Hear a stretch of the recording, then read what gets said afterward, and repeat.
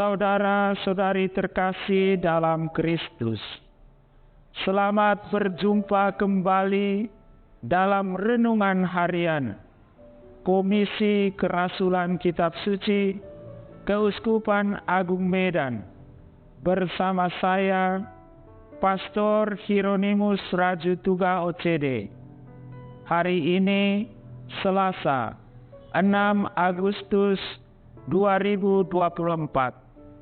Pesta Yesus menampakkan kemuliaannya. Tema renungan kita adalah perubahan rupa yang didasarkan pada Injil Markus bab 9 ayat 2 sampai 10. 6 hari kemudian, Yesus membawa Petrus, Yakobus dan Yohanes, dan bersama-sama dengan mereka, ia naik ke sebuah gunung yang tinggi.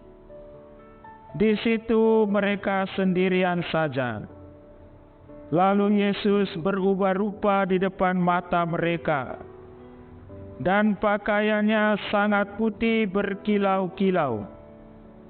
Tidak ada seorang pun di dunia ini yang dapat menggelantang pakaian seperti itu. Maka nampaklah kepada mereka Elia bersama dengan Musa. Keduanya sedang berbicara dengan Yesus. Kata Petrus kepada Yesus, "Rabi, betapa bahagianya kami berada di tempat ini. Baiklah, kami dirikan 3 kemah, 1 untuk engkau, 1 untuk Musa, dan 1 untuk Elia." Ia berkata demikian sebab tidak tahu apa yang harus dikatakannya, karena mereka sangat ketakutan. Maka datanglah awan menaungi mereka, dan dari awan itu terdengar suara, "Inilah anak yang kukasihi, dengarkanlah dia." Dan sekonyong-konyong waktu mereka memandang sekeliling mereka, mereka tidak melihat seorang pun bersama mereka kecuali Yesus seorang diri. Pada waktu mereka turun dari gunung itu, Yesus berpesan kepada mereka supaya mereka jangan menceritakan kepada seorang pun apa yang telah mereka lihat itu sebelum Anak Manusia bangkit dari antara orang mati. Mereka memegang pesan tadi sambil mempersoalkan di antara mereka apa yang dimaksudkan bangkit dari antara orang mati. Saudara-saudari yang terkasih, Yasinta F. Iman adalah seorang anak difabel dari Manggarai, Nusa Tenggara Timur.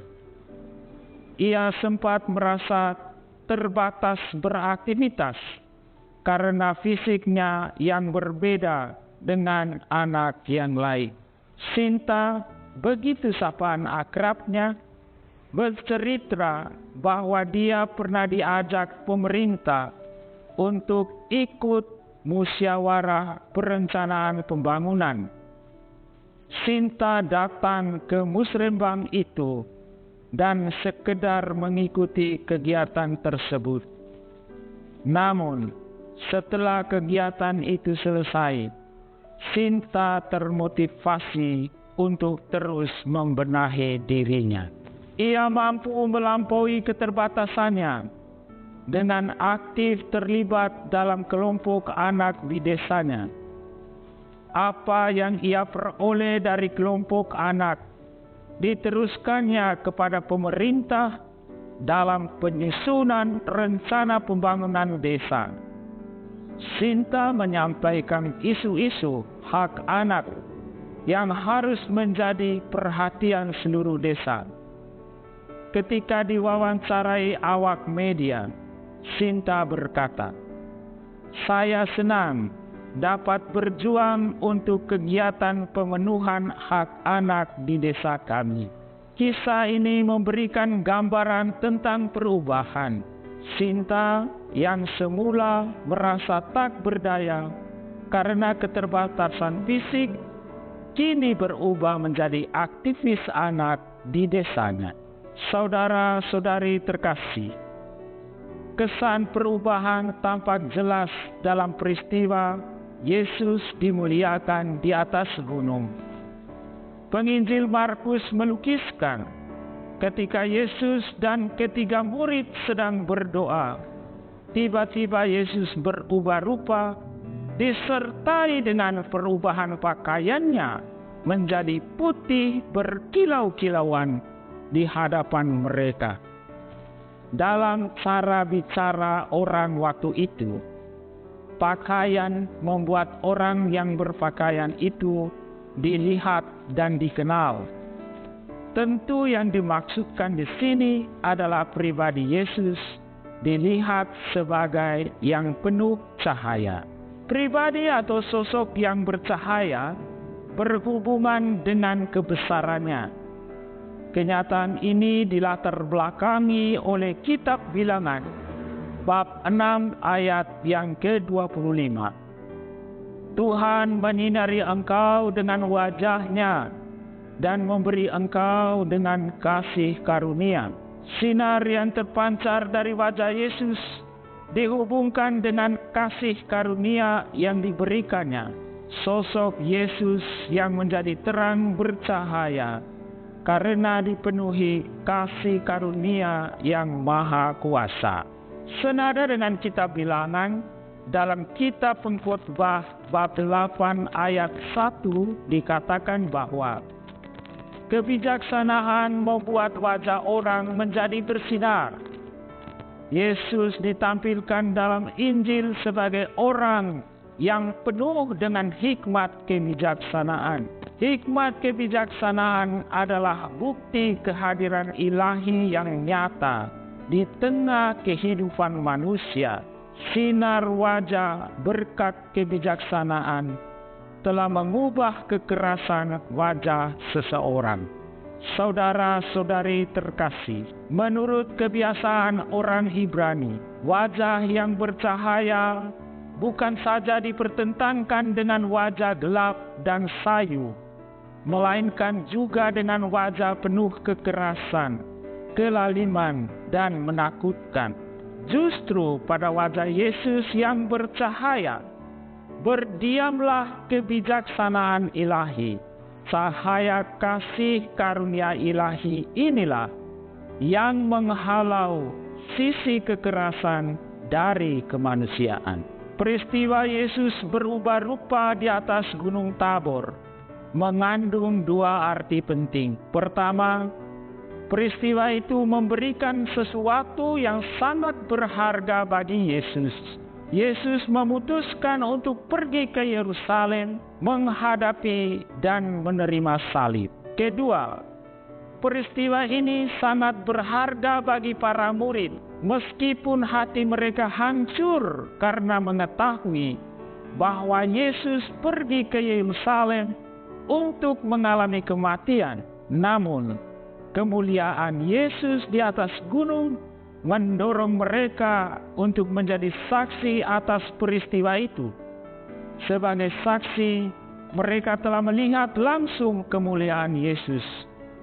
Bila waktunya tiba, mereka memberi kesaksian tentang apa yang mereka lihat. Saudara-saudari yang terkasih, perubahan yang dialami Yesus di atas gunung merupakan perubahan dari yang biasa menjadi yang lebih indah, bahkan perubahan spiritual. Perubahan rupa Yesus memperlihatkan jati dirinya sebagai putra kesayangan Bapa. Para murid dan pengikut Yesus dapat menikmati perubahan itu, terutama dalam batinnya, kalau mereka senantiasa datang kepada Yesus dan mengimaninya seperti yang diungkapkan oleh Rasul Thomas, "Ya Tuhanku dan Allahku." Lebih lanjut, para murid yang menyaksikan secara langsung perubahan rupa itu diharapkan dapat mengalami perubahan, bukan saja pada wajah, melainkan juga pada hatinya. Mengapa demikian? Karena cahaya yang terpancar dari wajah Yesus adalah cahaya kemuliaan Allah yang kelak dialami para murid maupun para pengikut Yesus jika mereka berani menanggung sengsara dan derita seperti yang dialami oleh Yesus di puncak Golgota.